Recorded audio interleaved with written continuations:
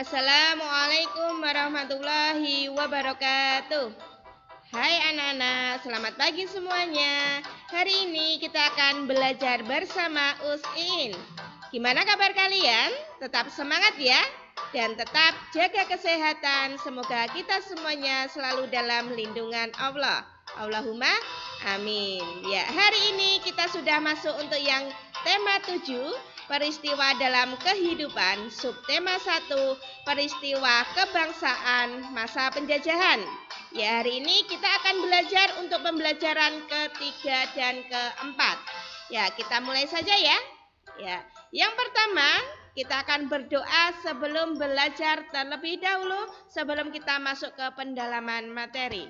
Ya, ayo anak-anak, sebelum belajar kita berdoa terlebih dahulu dan baca basmalah dan doa sebelum belajar. Bismillahirrahmanirrahim. Rabbi zidni ilma warzuqni fahma. Ya, semoga dengan berdoa sebelum belajar untuk video pembelajaran pada hari ini bermanfaat untuk kita semuanya. Ya, langsung saja ya. Kita akan mulai. Untuk pendalaman materi yang pertama, yaitu kita masuk untuk yang muatan IPS untuk KD 3.4, yaitu masa penjajahan bangsa Eropa di Indonesia. Ya, pada abad 15 bangsa Eropa itu melakukan penjelajahan samudera dengan mendatangi negeri-negeri timur. Karena apa? Ya, karena di daerah negeri-negeri timur itu melimpah dengan kekayaan alamnya. Ya, contohnya termasuk bangsa kita tercinta, yaitu bangsa Indonesia. Nah, tujuan utama bangsa Eropa dalam menjelajah samudera itu ada 4. Yang pertama, yaitu untuk mencapai kejayaan. Yang kedua, untuk memiliki kekayaan. Yang ketiga, untuk menyebar agama. Dan yang terakhir, yaitu untuk mencari rempah-rempah. Ya, untuk khususnya di Indonesia mempunyai kekayaan alam yang sangat melimpah ya. Salah satunya adalah cengkeh. Tahu cengkeh? Ya, cengkeh Indonesia itu memiliki kualitas yang baik dan harganya murah. Nah, sehingga menarik bangsa asing itu yang ingin menjualnya kembali tetapi dengan harga yang lebih tinggi. Ya, itulah pada zaman dulu ya. Ya, selanjutnya yang pertama, kemudian kita masuk yaitu penjajahan Portugis. Nah, apa ya yang dilakukan Portugis selama datang ke Indonesia? Ya, yang pertama pada tahun 1511 Portugis itu datang, tepatnya di Malaka. Nah, setelah itu Portugis datang lagi pada waktu tahun 1512 itu di Maluku. Nah, mulanya Portugis itu datang dengan berdagang pala, tahu pala? Ya, pala dan cengkeh ya. Kemudian sehingga disambut baik oleh kerajaan Ternate. Ya, tetapi kemudian pada tahun 1523 pada waktu Portugis itu membantu kerajaan Ternate, dia mendirikan sebuah benteng. Nah, untuk menghindari serangan dari kerajaan Tidore yang dibantu oleh Spanyol. Nah, kemudian akhirnya Spanyol dan Portugis itu bersaing. Nah, bersaing untuk menguasai perdagangan rempah-rempah yang ada di Maluku. Nah, kemudian persaingan itu akhirnya berakhir dengan melalui perjanjian yaitu Saragossa yang membuat Spanyol itu akhirnya meninggalkan Maluku. Nah, kemudian akibatnya Portugis itu memonopoli perdagangan serta ikut campur dalam urusan kerajaan.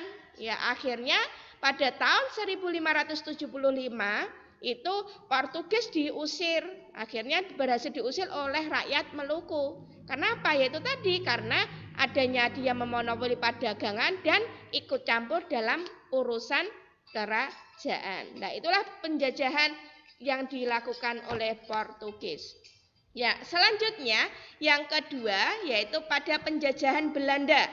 Nah, Belanda pertama kali datang ke Indonesia itu dipimpin oleh Cornelis de Houtman di Banten.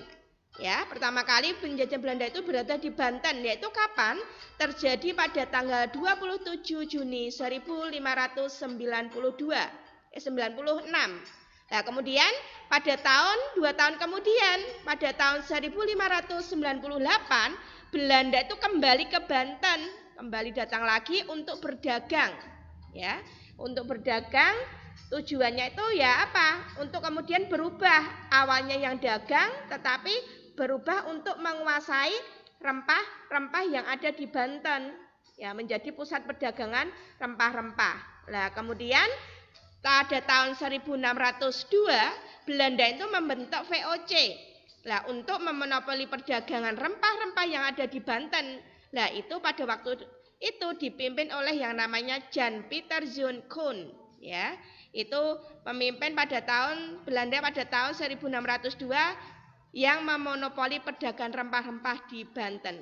Nah, kemudian JP Koen itu menerapkan kebijakan politik untuk membatasi penanaman jumlah rempah serta pelayaran kapal. Nah, untuk mengawasi perdagangan rempah-rempah.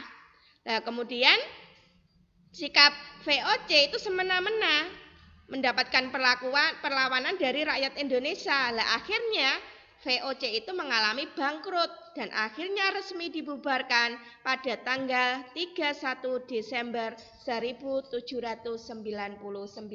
Nah, itulah cerita penjajahan di Belanda dan Portugis. Ya, selanjutnya kemudian dari penjajahan itu, otomatis Indonesia melakukan perlawanan, ya, tidak hanya tinggal diam. Nah, pada awal mulanya kedatangan bangsa asing itu disambut baik oleh rakyat Indonesia. Namun, perlakuan bangsa asing yang semena-mena membuat rakyat Indonesia itu akhirnya melakukan perlawanan. Nah, salah satunya apa? Nah, ada beberapa perlawanan yang dilakukan rakyat Indonesia. Yang pertama yaitu pada perjuangan rakyat Maluku. Itu terjadi pada tahun 1533. Itu ada Sultan Ternate, ya, yang memimpin kerajaan itu menyerukan perlawanan untuk mengusir Portugis yang berkhianat. Berkhianat apa? Ya, memonopoli perdagangan. Awalnya berdagang tapi akhirnya memonopoli perdagangan yang ada di Maluku. Ya, kemudian ada lagi perlawanan yang kedua, itu dipimpin oleh Sultan Ba'abullah. Itu pada tahun 1570. Nah, disebabkan oleh kenapa? Nah, itu disebabkan karena tewasnya Sultan Khairun.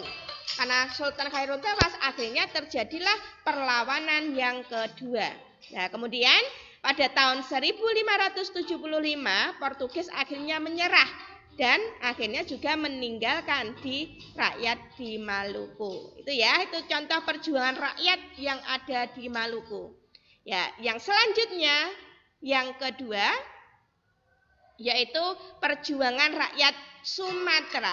Nah, Sumatera di Aceh, ya, dipimpin oleh Teuku Cikditiro, ada juga Panglima Polim, ada Teuku Umar, ada Cut Nyadin. Nah, rakyat Aceh itu menggunakan teknik perang gerilya, itu yang berada di Aceh, ya. Kemudian yang ada di Sumatera itu juga ada perlawanan yang dipimpin oleh Sisingamangaraja yang ke-12. Itu penyebabnya karena pada waktu itu Belanda yang ingin menguasai Tapanuli. Dan ada juga perlawanan di Sumatera Barat yang dipimpin oleh Tuanku Imam Bonjol. Nah, apa penyebabnya? Penyebabnya itu adalah karena adanya politik adu domba Belanda terhadap kaum adat dan kaum padri. Itulah perjuangan rakyat yang berada di Sumatera. Ya, selanjutnya di daerah kita, ya, ada juga loh, ya, perjuangan rakyat di Jawa. Ya, siapakah itu? Ya, tentunya adalah Pangeran Diponegoro. Ya, Pangeran Diponegoro itu memimpin perlawanan terhadap Belanda. Karena apa?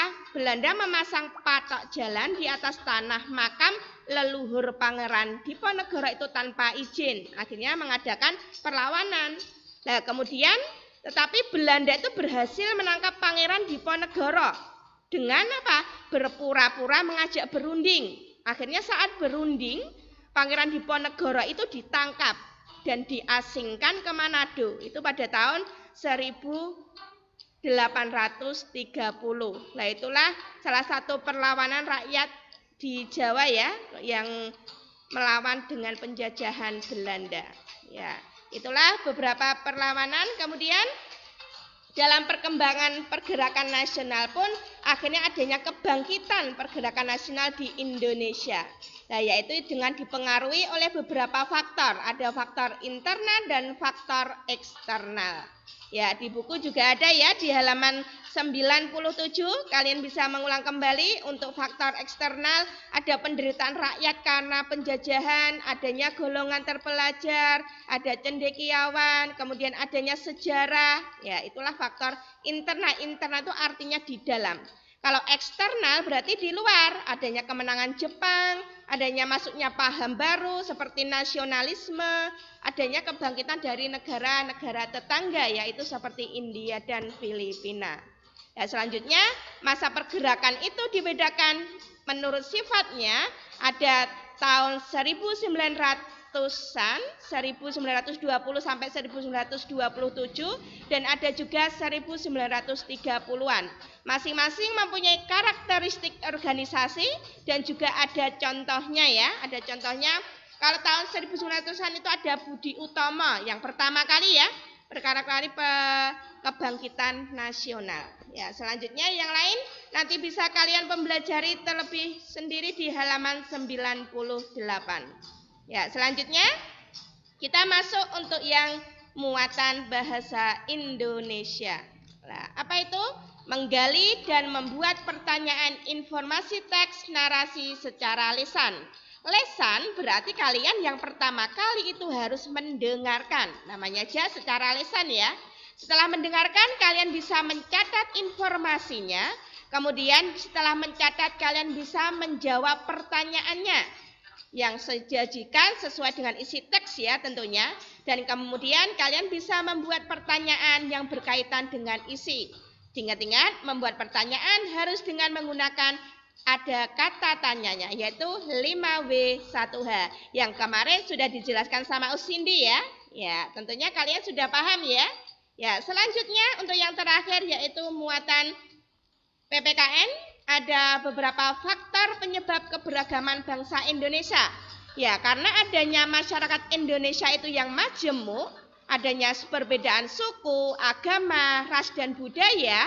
Lah akhirnya ada faktor-faktor yang menyebabkan terciptanya masyarakat itu yang majemuk. Nah, apa aja? Ada namanya faktor letak geografis, ada faktor sejarah Indonesia, dan ada juga faktor kenampakan alam di Indonesia ya. Yang geografis berarti berada di benua Asia dan Australia, serta di antara dua samudra yaitu Pasifik dan Hindia. Jadi Indonesia itu terletak di jalur persimpangan transportasi laut dunia. Ya, selanjutnya di faktor sejarah itu adanya percampuran budaya asing akibat kedatangan bangsa penjajah. Kemudian sedangkan di faktor keberagaman kenampakan alam itu karena wilayah Indonesia tadi terdiri atas pulau-pulau yang mengakibatkan masyarakat itu antar pulau sulit untuk berhubungan satu dengan yang lainnya. Nah, itu karena adanya keberagaman berbeda antara suku, agama, ras, dan budaya. Gitu ya. Kemudian dengan memaknai kebersamaan, keberagaman sebagai identitas bangsa Indonesia, yang pertama dengan adanya semangat persatuan. Dengan adanya persatuan itu tadi, kemudian muncullah namanya dengan Kongres Sumpah Pemuda, yaitu pada tanggal 27 sampai 28 Oktober tahun 1928. Nah, akhirnya terjadilah pada Sumpah Pemuda merupakan lanjutan dari Sumpah Pemuda yang pertama. Nah, akhirnya di Kongres Sumpah Pemuda II ini menghasilkan sebuah sumpah persatuan yaitu Sumpah Pemuda. Ya, kalian bisa menghafalkan di halaman 100 ya. Untuk Sumpah Pemuda nanti pada waktu home visit bisa dicek sama wali kelasnya masing-masing. Ya, untuk tugas sebagai menambah penanaman untuk hari ini yaitu silakan kerjakan di pulpena kalian halaman 110 muatan PPKN dan IPS. Kerjakan di kertas HVS atau folio dan dikumpulkan maksimal hari Senin di kelasnya masing-masing. Ya, cukup sekian dari saya. Bagaimana pembelajaran pada hari ini? Tentunya sangat semangat ya, sangat menyenangkan. Ya, terima kasih yang sudah memperhatikan video pembelajaran hari ini. Sampai jumpa pada pembelajaran berikutnya. Wassalamualaikum warahmatullahi wabarakatuh.